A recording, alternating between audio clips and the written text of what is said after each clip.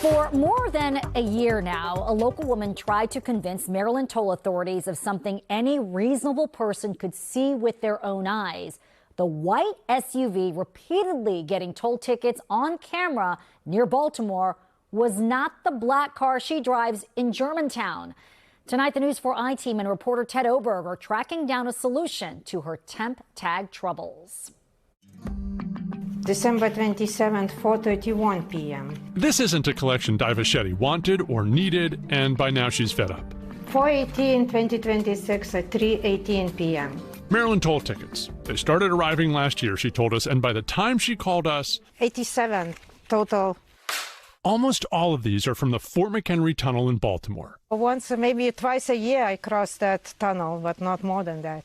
December 20th. Day after day. December 21st. December 25th. But there's something more interesting than that. 4/18/2026. In toll photo after toll photo, it's a white Audi SUV with a temporary paper tag, those numbers once registered to her. But this isn't her car, not even close. It's not a white Audi. No.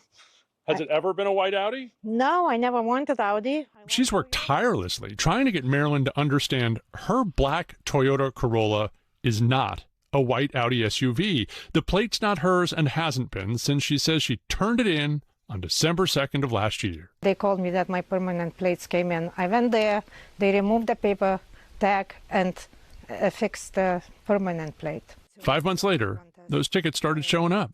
March 15, 26, 11:49 p.m. One after another, soon a dozen more, and on and on. She called the dealer. She says they assured her they destroyed her temporary tag.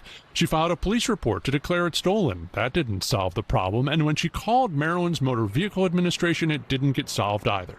I spent so many hours calling and in person visiting. She called the toll road authorities. She called her state senator. She disputed each and every ticket. She won every time. But then again, new bunch comes in. The Maryland Transportation Authority assured her she wasn't responsible for the charges. After all, that's not her car. They told her that in writing, but then she says more tickets would arrive. December 5/25, 9:51 p.m. It seemed to her that people with the power to fix this at state agencies weren't talking to one another to stop these tickets from being issued to her in the first place. But she says no one could or would take her name off the computer record of the paper tag she'd turned into her dealer more than a year earlier. Then they told her to sue the state. So it said you may need to hire a lawyer. She talked to a lawyer, and when the lawyer wanted 10 grand, she called the News4 I-Team. After a brief investigation of their own, the MVA and the MDTA told the I-Team in Maryland, when you get a new plate, both the temporary and permanent registration becomes associated with the vehicle owner's historical record even after that temporary registration expires or is replaced with standard license plates. 11/27/25, 4:19 p.m. In Diva's case, the agencies confirmed that someone had fraudulently reproduced the temporary tag issued to Miss Shetty. And they told the I-Team they've taken steps to ensure no further fines are issued to her. We checked back in a few weeks after MVA told us they'd keep her from getting any new tickets, and so far, we're happy to report, I'm tired of this. For over a year now I'm dealing with this. Diva says they're keeping their word.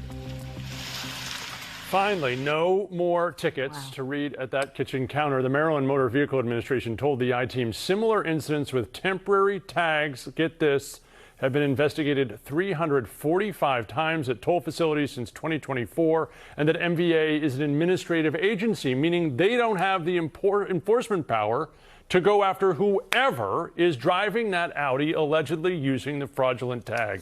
We really wanted to figure out why the Maryland agencies couldn't just take her name off that old record, and they said Maryland law prevents them from doing that, and the only way they could take her name off it was to get that lawyer and go to court, which would have cost thousands. So most of us aren't going to have $10,000 to hire a lawyer. They don't have Ted Oberg to call right away on speed dial. You can call anytime. So what can we do to protect ourselves? This must be maddening for Machete. Look, it was maddening for her and likely maddening for anyone who's going through something similar, right? But to prevent the fraudulent use of any of these paper tags, MVA encourages vehicle owners to keep the documentation of when they got rid of it and turned it back to the dealer when they get their metal tags.